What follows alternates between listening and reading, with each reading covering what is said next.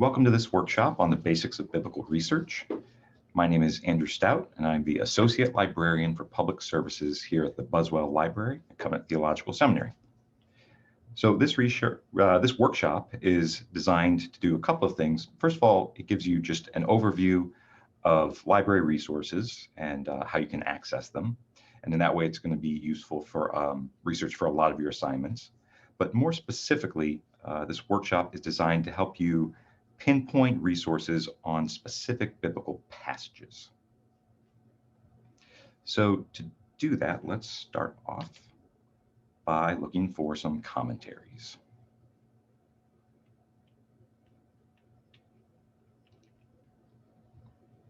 So here we have some commentary guides, which are a good place to start when you're looking for commentaries on a particular biblical book. Listed here, we have the New Testament Commentary Survey by D.A. Carson, Old Testament Commentary Survey by Tremper Longman, and a Guide to Biblical Commentaries and Reference Works by John Evans. And these surveys not only give you helpful lists of relevant commentaries, but they give you annotations that help clue you into sort of the nature, the scope, and the usefulness of individual commentaries. The first two, the New Testament and Old Testament surveys, are available throughout the library in our reference section and also in our stacks, which is our circulating collection that checks out to you for 4 weeks.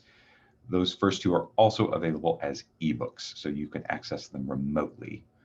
The Guide to Biblical Commentaries and Reference Works is available in the reference section, and it's available for checkout.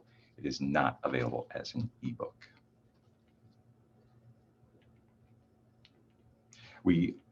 Let's see. Another resource is our commentary guides, and these are more targeted, more specific, and they're a guide to the resources that we specifically have here in the library. So let's go ahead and take a look at those guides. To do that, we're going to the library website. We scroll down to about the middle of the page. We'll see featured guides here. We're looking for the commentary guide.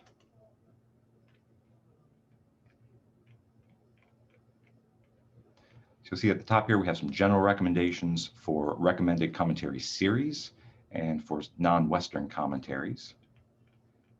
And then we have individual guides for each book of the Old Testament, and further down, guides for each book of the New Testament. Let's start in the Old Testament and take a look at the commentary guide on Leviticus. And these guides are also available in a physical form on some tables in the circulation area of the library, but you can access them online as well. So the first thing to notice here is the relevant call number regions. This link will take you to a list of the commentaries that we have on Leviticus or on the Pentateuch as a whole. It's also a good starting point if you're browsing the stacks downstairs, just checking the shelves for what's available. You can start at this call number location. And then here we list some major commentaries on the book of Leviticus. This is not a comprehensive list of all of the commentaries that we have on Leviticus by any means, but it is some of the major works, some of the commentaries that we recommend as particularly useful.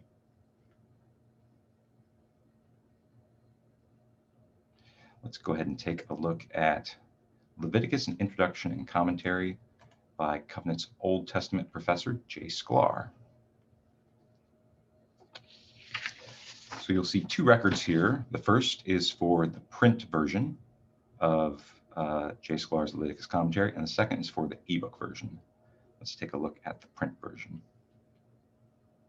A few things to note on this record. The first would be the location.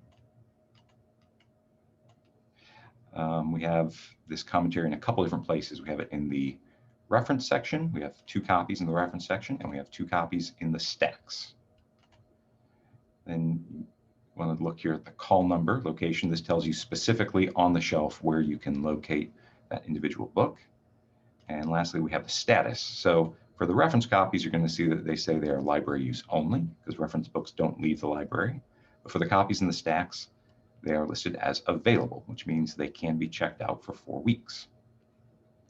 One final thing to note on this record is that currently library services are limited, and partially what that means is that our stacks downstairs, which includes the circulating collection, the stacks are closed, so you cannot go down and browse the stacks to grab the books you'd like to check out. However, those books are still available to you to check out. So if you would like to check something out from the stacks downstairs, if you find it in our online catalog here, you can just click the request button and then submit your name and your student ID number. A library staff member will then go pull that book for you, and we'll send you an email when it's available for you to check out at the front desk of the library.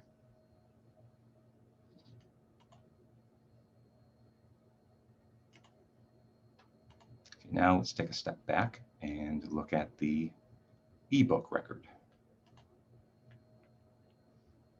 So again, the location here says Covenant Seminary eBooks. There is no call number, and the status says that is online. So to access this book, click this link.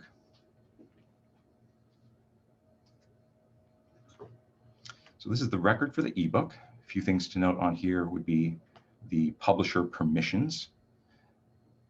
So when you access this book online, you have the ability to print, email, or save up to 100 pages of the book.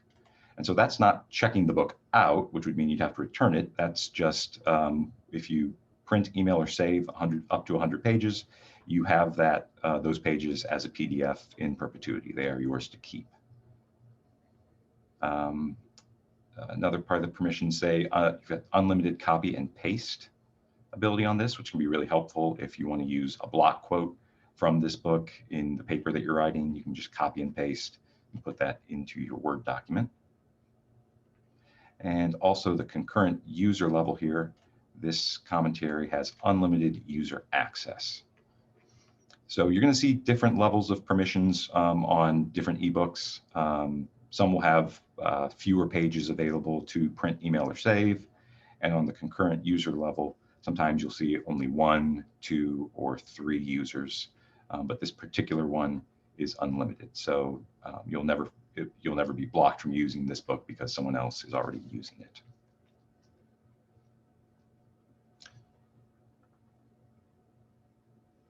So if you'd like to view this book online, the easiest way to do that is go to PDF full text.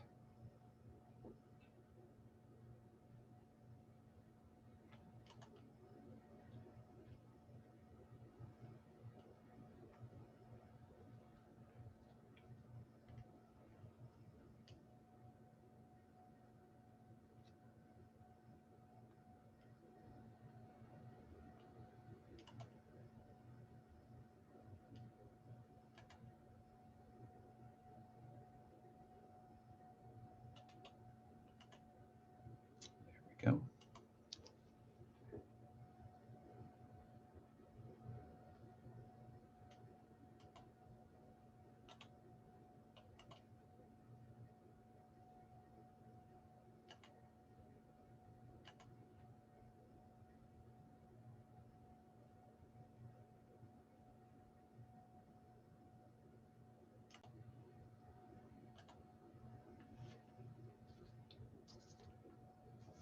So when you click on that PDF link, it gives you access to the commentary in your browser.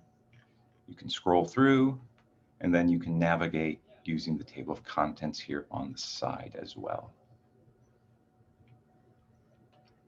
Again, you see here the publisher permissions about printing, emailing, and saving. So if you would like to save a chunk of pages, you can click this link. You can specify the page range you would like to save, or you can specify this section, which in this case is just 3 pages. But if you're in a longer chapter, that section will usually include the whole chapter. So you can save that to your desktop, or you can do the same via email, specify a page range or specify the section that you're in.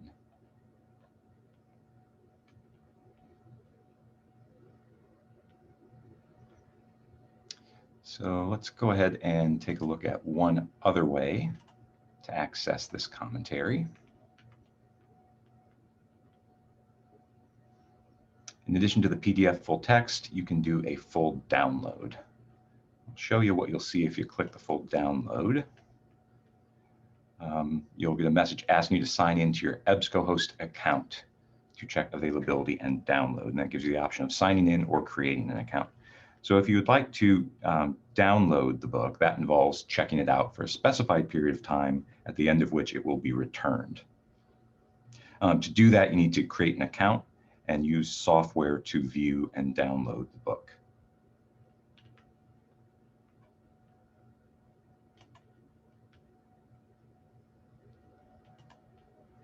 And if you would like to do that,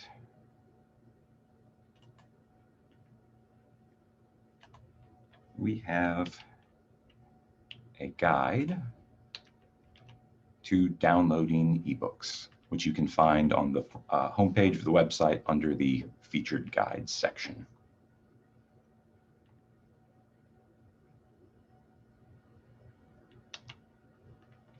Now let's look at some other ways to get books.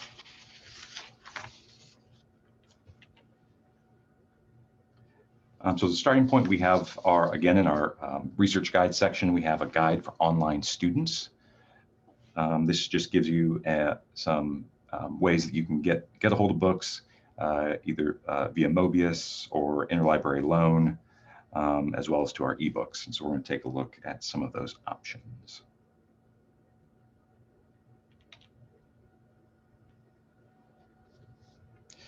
So the first option for getting a hold of books beyond Covenant's library is Mobius. And Mobius is our regional consortium of libraries, and it allows fast and easy interlibrary loan borrowing. And this map kind of gives you a scope, gives you a sense of the scope of the Mobius consortium. So it includes libraries mostly in Missouri, but also some in Illinois, in Iowa, in Oklahoma, and in Texas. So any libraries that are part of the Mobius Consortium, their collections are available to you to request and check out.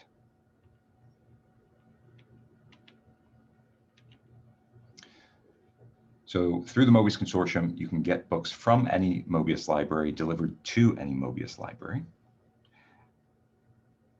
Items are generally delivered within 3 to 5 business days, and we send you an email when the book is available at the Covenant Library and ready for you to check out.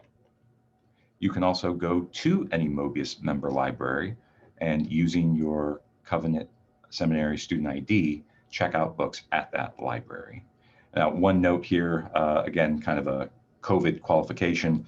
Most libraries are running limited services. So before you show up to, say, Washington University Library, which is part of Mobius, you would want to either call or email ahead to ask what kind of services they're running and how you can gain access to the library. But you do have borrowing privileges in person at other Mobius member libraries.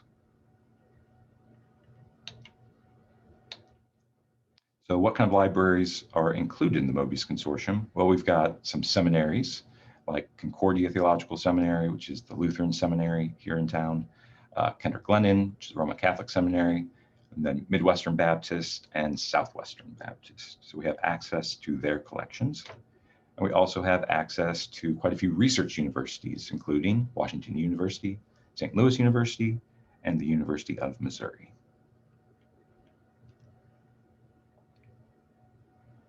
So Mobius comes in really handy when you're looking for a book that is either not available in our collection that we don't own, or even if you're looking for another copy of a book that we do own. Maybe we own a couple copies of the book, but they're all checked out. You can then go to Mobius and see if it's available in another library and check it out there. So let's go ahead and take a look at how to request books through Mobius.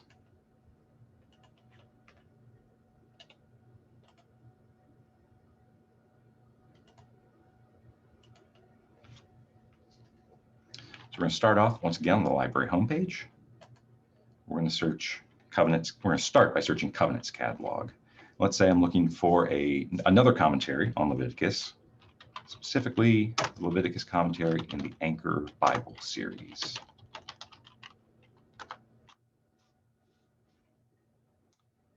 So Leviticus 17 through 22 is one of the volumes in the Anchor Bible series. It looks like Covenant owns 3 copies, one in the reference section and then 2 in the stacks. The copy in the reference section is available to use in the library, but then the other 2 copies look like they are checked out because they have, I see due dates there under their status. So I could go in and use the reference copy, but I would prefer to check out a copy for a longer period of time. So if you go up here to the top and click the Search Mobius link, it will take you through to the Mobius Catalog. So this catalog includes the holdings of all of the libraries in the Mobius Consortium. So the first entry here is the same commentary I was looking at in our catalog. If you scroll down through the record under locations here, you'll see every library in the Mobius Consortium that owns this particular book. You see the first 3 entries are for Covenant's copies, and there is another copy available at Southwestern Missouri State University.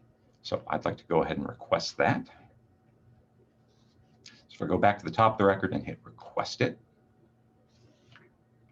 this form is going to ask me to choose my library, the library at which I am a patron, from the drop-down menu. So I'm going to choose Covenant Seminary, submit that information. It's going to ask for your name, for your student ID number. So that's the number that's printed on your student ID card. And then it will also ask you to add your student or your campus code. Our campus code is CS. So your student ID number followed by the campus code. Then you specify the pickup library from the drop-down menu. Again, I want Covenant Seminary. Hit submit. And then you should get a verification message saying that your request was successful. So that should be delivered in 3 to 5 business days, and I'll get an email when it's ready to check out at the front desk of the library.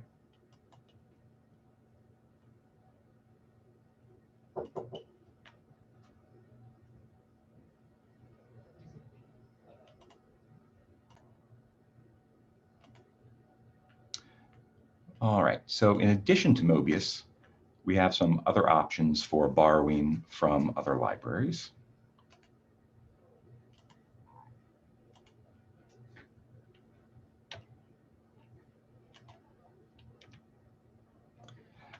Covenant is a part of a couple of different reciprocal borrowing networks, including the Atla Reciprocal Borrowing Program and the ACLA Reciprocal Borrowing Program.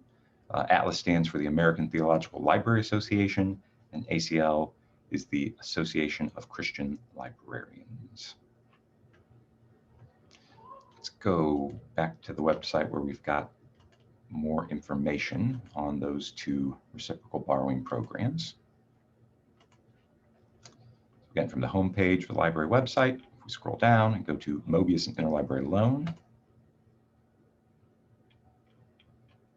we've got some information about Mobius here that we went over a little bit just before, some information about Interlibrary Loan that we'll look at shortly. And here we're interested in the reciprocal borrowing agreements. So the Atla Reciprocal Borrowing Agreement includes libraries all over North America. So if you are not in the St. Louis area, this map kind of gives you an indication of what libraries might be near you. And if you do have a library near you, let's say you're in the Philadelphia area, you might be close to Westminster Theological Seminary. So if you'd like to use their library, you do have borrowing privileges there.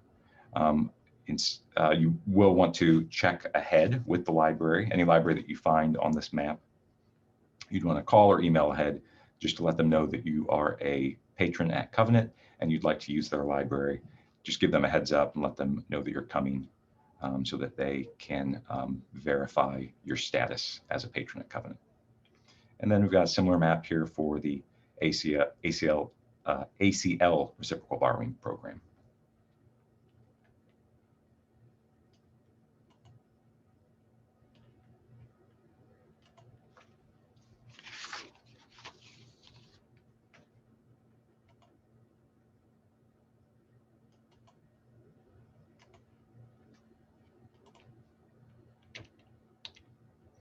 All right, now we're going to talk about interlibrary loan.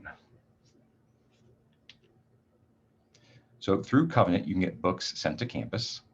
If you are not on campus at Covenant, you can also use the interlibrary loan services through your local public library.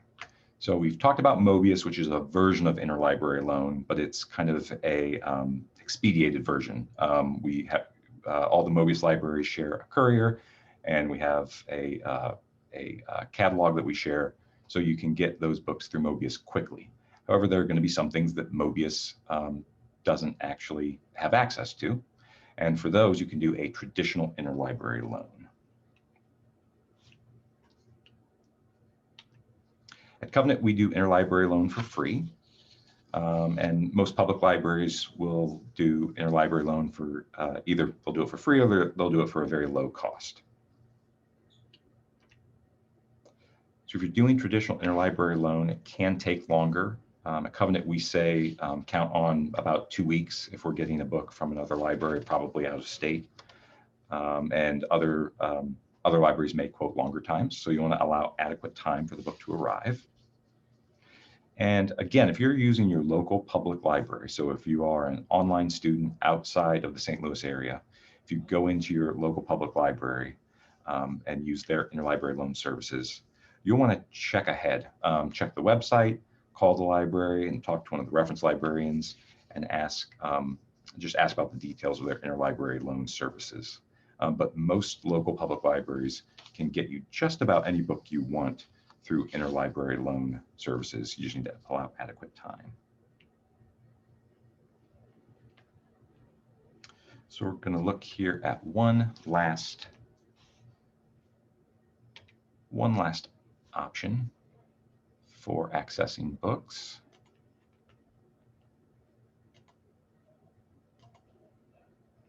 So let's say you're working on your paper on Leviticus.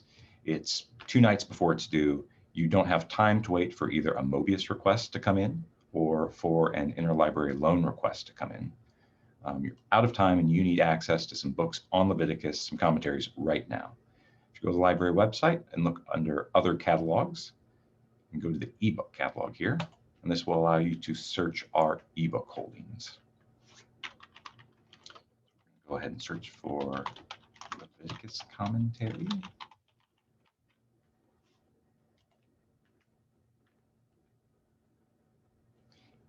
You see here it turns up 15 results for Leviticus commentaries, including J. Sklar's Leviticus commentary that we looked at earlier. And you're going to have all of those save and email options. On some of these books the specifications will differ from one book to the other, but you're going to be able to use those features. Again, this is obviously a much more limited set of results than you would get if you search our physical collection, but if you need something in a pinch, you need immediate access to something, the ebook catalog is a good place to go.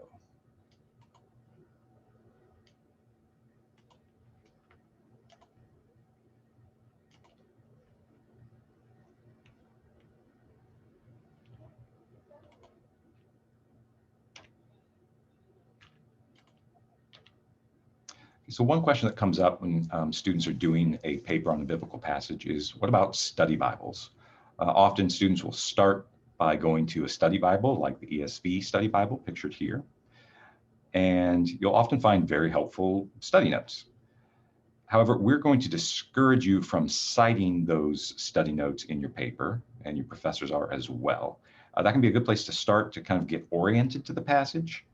But if you find helpful study notes in a study Bible, one thing that you can do is look up, usually in the front of the Bible, who wrote the study notes for that particular book. And in the case of the ESV study Bible, if you're looking at the notes on Leviticus, you'll see that J. Sklar wrote the study notes. So if you find those study notes helpful, the next thing you can do is go to see if the author has written either a commentary or perhaps some journal articles on that particular book of the Bible. In this case, Jay, of course, has written a whole commentary on the book of Leviticus. So instead of citing those notes from the study Bible, you would want to cite the commentary itself.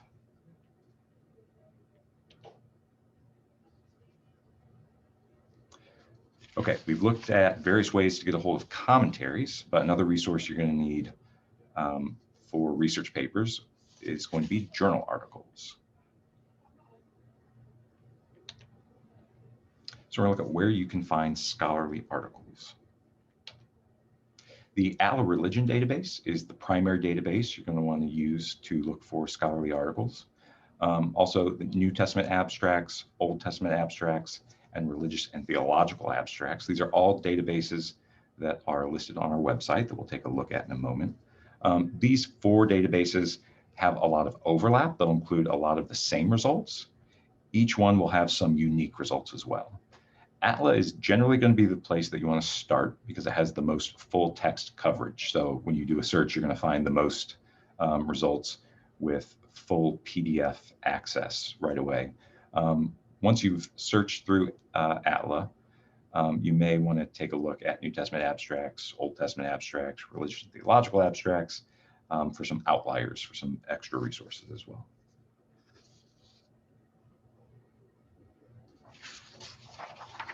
And all 4 of these databases do support searching by scripture citation. And we are going to look at what searching by scripture citation is right now.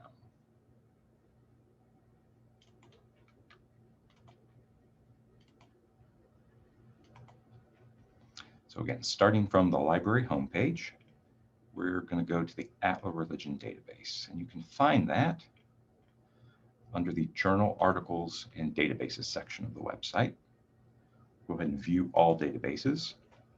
So the 4 that I mentioned a moment ago are all on this list. We have 60 plus databases listed here. Some of them, many of them we subscribe to and pay money for. Others are open access resources that are particularly helpful. And we've kind of curated them here so you have easy access, kind of one place to go to find a lot of good resources. We're going to use this database filter to sort of narrow down the number of databases that we're looking at. So I'll use the religion and theology filter. Once I've applied that, Atla comes up at the top.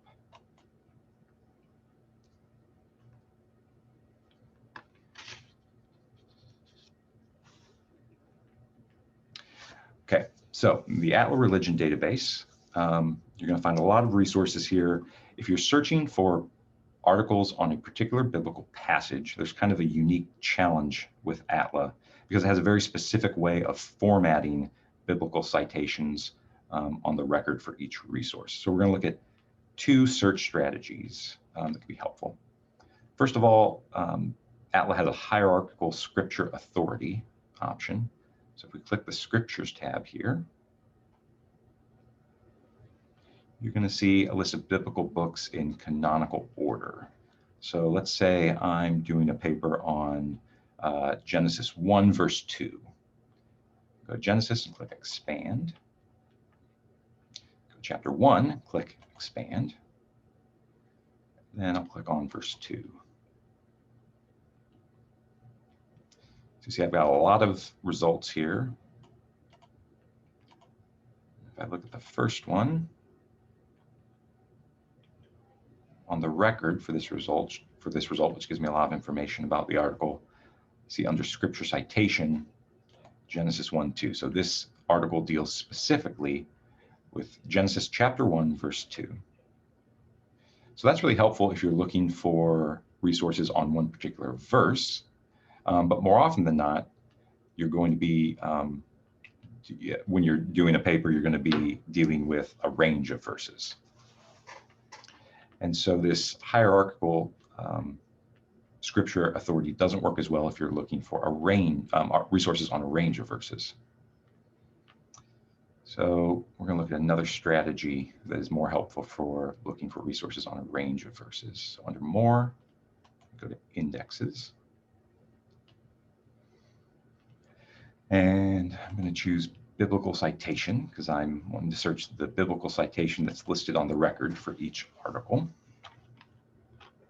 And let's say I'm doing a paper dealing with hairstyles and head coverings in 1 Corinthians. What does Paul say about hairstyles and head coverings? Well, I can start by browsing for 1 Corinthians. and chapter 11. And the verses that Paul specifically deals with that is 2 through 16. Let's see what that gets me. Okay, you'll see right away that there are no terms the terms I entered couldn't be found.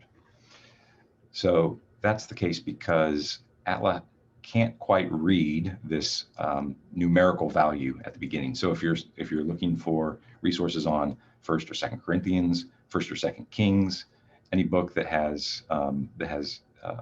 that's broken up into 2 books, there's a very specific way that you're going to need to enter it into this search. Start with Corinthians, comma, 1st.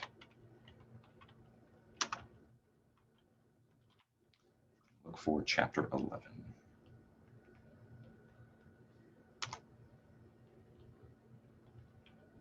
So you can see this is how Atla has structured the titles of biblical books with more than one book. You start with the name of the book, and then comma 1st or comma 2nd if we were looking for resources on a passage from 2nd Corinthians.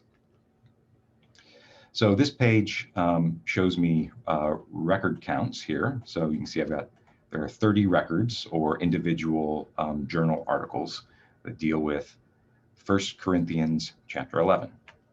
So what I'm going to want to do, again, my verse range I'm looking for is chapter 11, verses 2 through 16. So I'm going to want to select every verse range that falls within the range that I'm looking for. So 1 Corinthians 11, 1 through 12.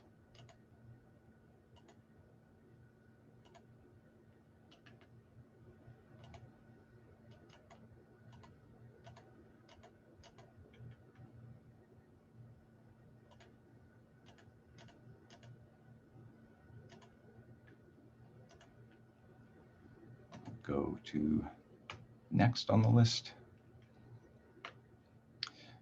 So 11:16 through 11:21, that does fall at the very end of the range I'm looking for. Then it jumps down to chapter 11, verse 17. I'm not interested in anything after verse 16. But then I am interested in chapter 11, verse 2.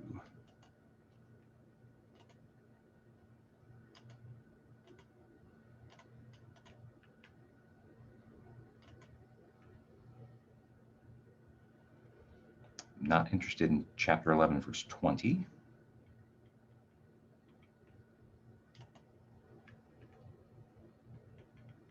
But I am interested in chapter 11, verse 3.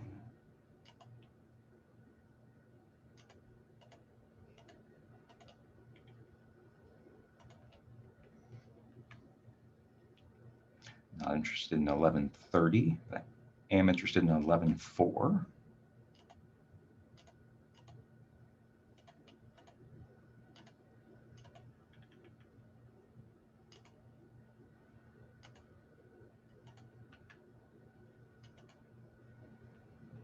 And then from there, it starts in with 1 Corinthians chapter 12. So that's kind of the end of the range that I am interested in. So once I've selected all of the relevant verse ranges, I'm going to click Add. And that gives me this structured biblical citation search, which includes all of the verse ranges I'm interested in.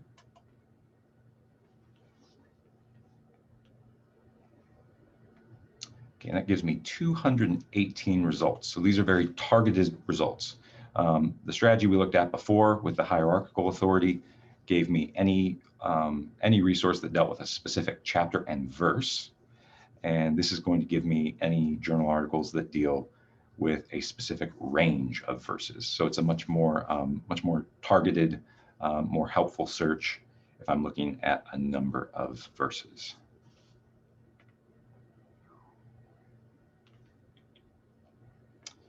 So the first thing we're going to do is use some of these, refine our results a little bit using some of these limiters off to the left. If you scroll down far enough, you'll see that our search pulls up some results that are in this case, Korean, some other languages as well. So for our purposes, I'm going to say we are just interested in English language resources.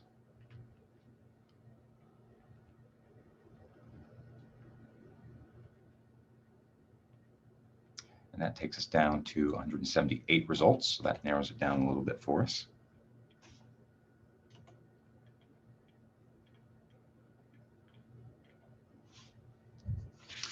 So taking a look at our sixth result here, John Calvin on the status and role of women in church and society.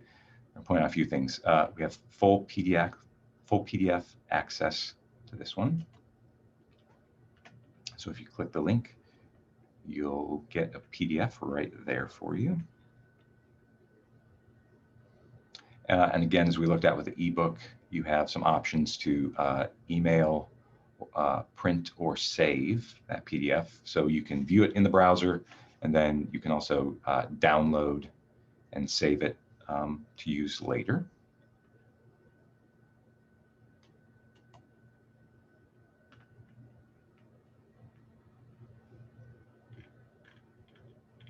Looking at this one again, some results are not going to have that PDF full text link. So in the absence of that particular link, you'll want to hit this Find Full Text at Covenant link.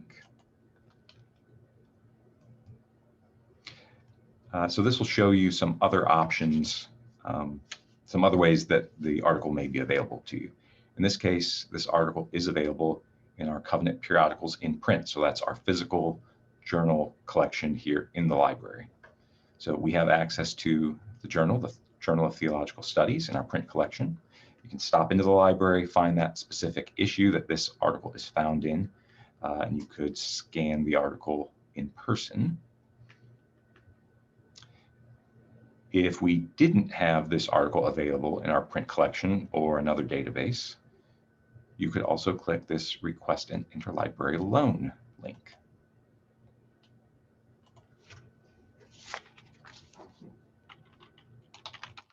To do that, it's going to ask for your login credentials, so your name, student ID number, followed by our campus code. And that's going to take you to an interlibrary loan request form. And if you're accessing this form directly from a database like we just did, it's going to import a lot of these fields for you. So you'll just want to look over the form, make sure that the information looks correct. Author, journal title, the page range, periodical that the article is found in. And then you can go ahead and submit that request. And articles that are requested as interlibrary loans typically come pretty fast, but you want to allow a few days for it to be delivered.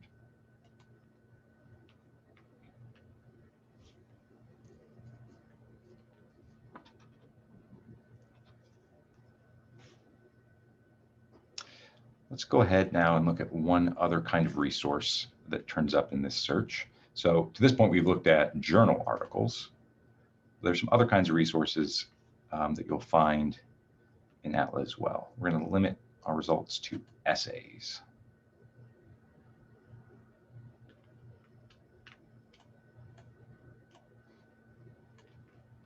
So you'll see here under these results, you have a book icon. That means that when you limit to essays, you're limiting your results to essays that are found in edited volumes. So these aren't journal articles, they are chapters in physical books. And for the most part, you're going to see, you're not, under these results, you're not seeing that full, that PDF full text link. More often than not, you're going to want to click the Find Full Text at Covenant link for your access options.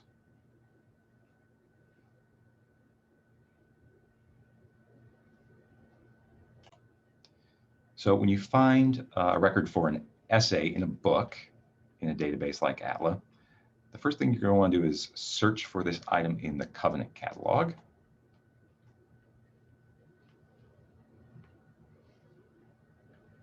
This will tell you if Covenant owns the book and if it's available to check out. In this case, we do not own the book, but the next step would be to click the Search Mobius link, like we did earlier, and see if it's available in Mobius. So here it's searching the Covenant Catalog. We're seeing the title Celebrating Paul. Click on the record.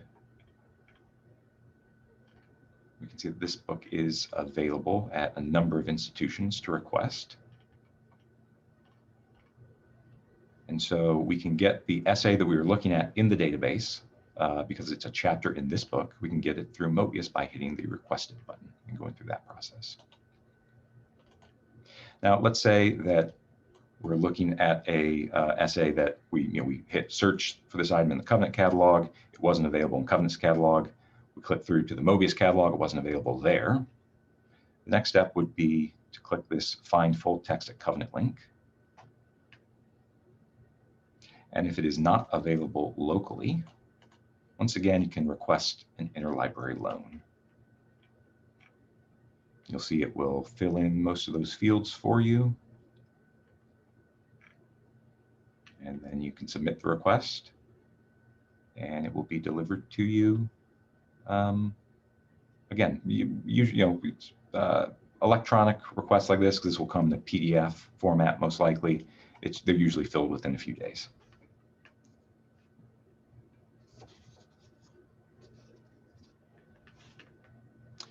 Okay, we're going to look at one more option here. Let's say you're looking for a specific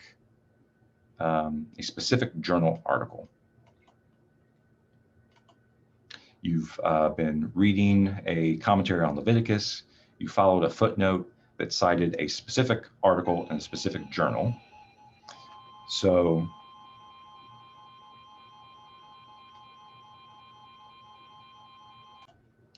if you're looking for a specific journal article, you can go back to the library homepage here, and under Other Catalogs, you can select the journals list. So let's say I found a specific article that is cited as being found in the Journal for the Study of the New Testament.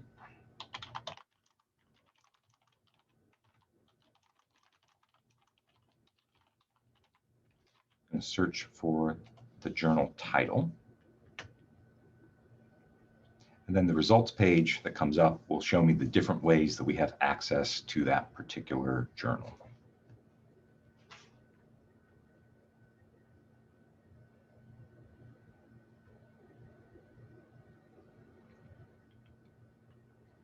So we see here we have access to the journal for the study of the New Testament in the Atla religion database. And if you look at this date range, we have access starting in 1978 to the current issue.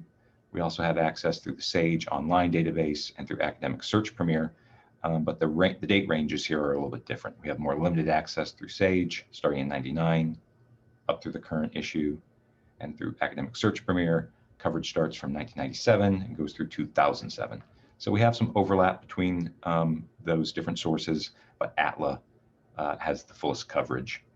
We also have full coverage of that journal in the print collection, so you could come read it physically in the library as well. Let's go ahead and take a look at this journal in the Atla database. So let's say I found a particular article from 2018. We'll go here to 2018, and it's in volume 41, issue 1. Then this gives me a full list of the contents of that particular issue, along with full PDF access.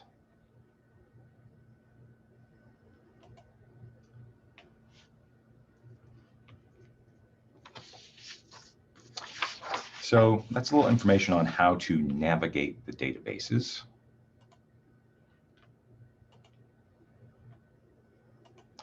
Now we're going to talk just a little bit about how to interpret some of the things that you find in a database like Atla. So we're going to talk about identifying academic sources. So here you'll see two publications from Covenant Seminary. First is Covenant Magazine, and the second is Presbyterion Covenant Seminary Review. So of these two publications, Covenant Magazine would be considered a popular magazine, and Presbyterion would be an academic source. It's a scholarly journal. So, I mean, one thing just aesthetically, you can see, of course, A magazine like Covenant Magazine is a little more stylized. Presbyterion is a little more utilitarian. You see a list of featured articles and some of the contents on the cover. But what makes Presbyterion stand out as an academic source versus Covenant Magazine? The primary thing is peer review. Well, what is peer review? Peer review is a careful study of an article by other scholars in the field before publication. So ideally, this means that peer-reviewed articles should be more trustworthy. Of course, it's not a perfect solution. Depending on the journal and the reviewers involved, the process can be more or less rigorous. And sometimes things slip through that are not, in fact, quality scholarship. So just because the resource you're looking at, the article, is in a peer-reviewed journal, it doesn't mean that it's automatically guaranteed to be correct, to be accurate, but the chances are much better that it is. Oh, and one note here on peer-reviewed articles. In the Atla database, one of the limiters you'll find is there's a peer review limiter. So you can click peer review and it will limit your results to articles that are found in peer-reviewed journals. Now that can be a really helpful tool to use, but one warning would be that if you limit to peer-reviewed, particularly in Atla, what you won't find is results from Presbyterion, Covenant Seminary scholarly journal. That just has to do with the fact that databases have different standards for what they consider peer review, and the nature of Presbyterion's peer review process is a little bit different from some others. So if you hit that peer review limiter in Atla, you're going to screen out a lot of the scholarship that your professors here at Covenant have written, because professors at Covenant publish quite a bit in Presbyterion. So before you hit that peer review limiter in the database, you want to take a look at what your results are, and then maybe use that limiter a little bit down the road. So here are two more publications. We've got two books here on Christian spirituality. First one is The Liturgy of the Ordinary, and the second is Studies in Canonical Criticism, Reading the New Testament as Scripture. So the first you can see is a more popular publication. Again, aesthetically, it's a little more appealing, meant to catch your interest. And Studies in Canonical Criticism is part of the Library of New Testament Studies. It's much more stripped down and straightforward in its design.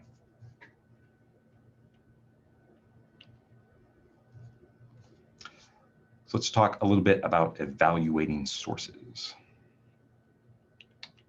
A helpful tool in evaluating sources would be the CRAP test. This comes from the California State University.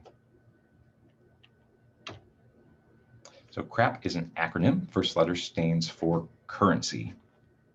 And this has to do with the timeliness of information. So if you're looking at either a commentary or a journal article, you want to ask questions like, when was it published? And then you also want to ask, how important is it to your research that it be up to date? So if you are looking at research in the sciences or the social sciences, that scholarship being up to date within the last few years is probably going to be really important. So even for our counseling students, as you're looking through counseling and psychology databases, the currency of those resources is usually going to be pretty important, depending on your purpose, but more often than not, you're going to want more up-to-date resources. In theology and biblical studies, you will very often want to look at, say, the most current commentary on Romans, but we're also going to value older perspectives in our research. So even if you've looked at the most current commentary on Romans, you may want to look back at John Calvin's commentary on Romans, or the commentary on Romans in the Franz and Delitzsch commentary series. So the currency of the resource isn't going to be as important in theological and biblical studies. Relevance. This has to do with the importance of the information to your needs. So you want to ask questions like, how does this resource relate to your question? Who is the intended audience? And is it written at an appropriate level? So if you're looking at a commentary on Leviticus, you want to ask questions like, who is this commentary written for? Is it written for lay people in very simple language? Is it written for scholars, and does it deal with the original languages? And then evaluate what level of scholarship do I need for my assignment. Authority, this deals with the source of the information. So who is the author, the publisher, the source, and or the sponsor? What are the author's credentials? And why is the author qualified to write on the topic? So as far as the author and the author's credentials, you want to think about things like, does the author have a PhD in the field that they're writing in, or some other similar credential that makes them an authority on this issue? With publisher, we've got some of the major academic publishers like Oxford University Press, Yale University Press. So you want to look for those sort of, be aware of those scholarly sources. What is a scholarly source? What gives that, is that publisher an authority in the field that they're publishing in? You want to think about things like, again, with publishers, if you're looking at a book from InterVarsity Press, that may be a more popular title that isn't as relevant to your research, but InterVarsity Press also has another imprint, IVP Academic. So books coming from IVP Academic may be more relevant to your research. Accuracy, this has to do with the reliability of the information you're looking at. So what is the source of the information? Is there supporting evidence? Has the article been peer reviewed?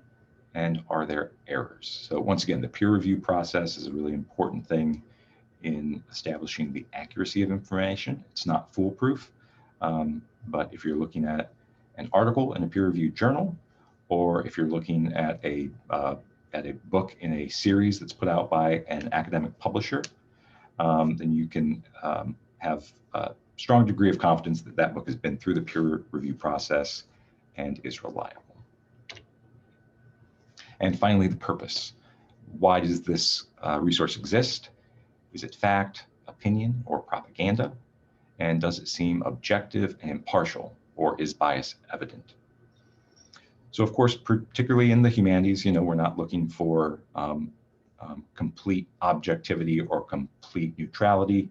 All authors are going to have biases, and so what we're looking for more than anything is the author aware of the perspective that they're writing from? Are they aware of the bias that they might have, and are they critical about that bias? Are they bringing in other perspectives other than their own and dealing with them critically? You want to think about the purpose of the resource that you're looking at. And finally, in our seminary context, we also have to take into consideration theological perspective. So let's say you're looking at a book.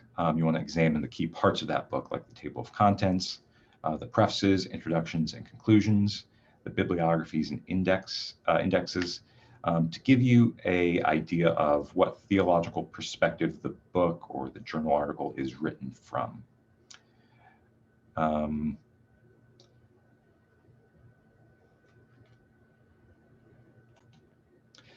So we'll want to ask questions like, what theological tradition is the author writing from? Is it Roman Catholic? Is it Protestant? Is it evangelical? Is it liberal? And so, all these different perspectives will be valuable for different purposes, but we want to be conscious and aware of the perspective that an author is coming from. Again, looking at publisher information will be helpful in that respect.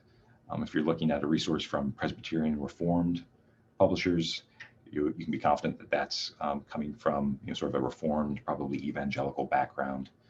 And those table of contents, prefaces, bibliographies, those components of a resource can help you identify the theological perspective. Also, book reviews can be very helpful in this respect. So included in the Atla religion database that we looked at, if you search for the title of a book, often you'll turn up a lot of book reviews for that book. Looking at the publisher's website to see to get a sense of the theological tradition that they're working from can be helpful. And also, you can always ask a librarian. So our job is to help you find more information. We don't necessarily always go out and find all the exact information you need, but we can definitely help get you started. We can help you find some initial resources and help you develop some strategies for how you can find more research on your own using library resources. So to that end, again, my name is Andrew Stout. My contact information is right there. So feel free to shoot me an email if you have any questions. And thank you for watching this workshop.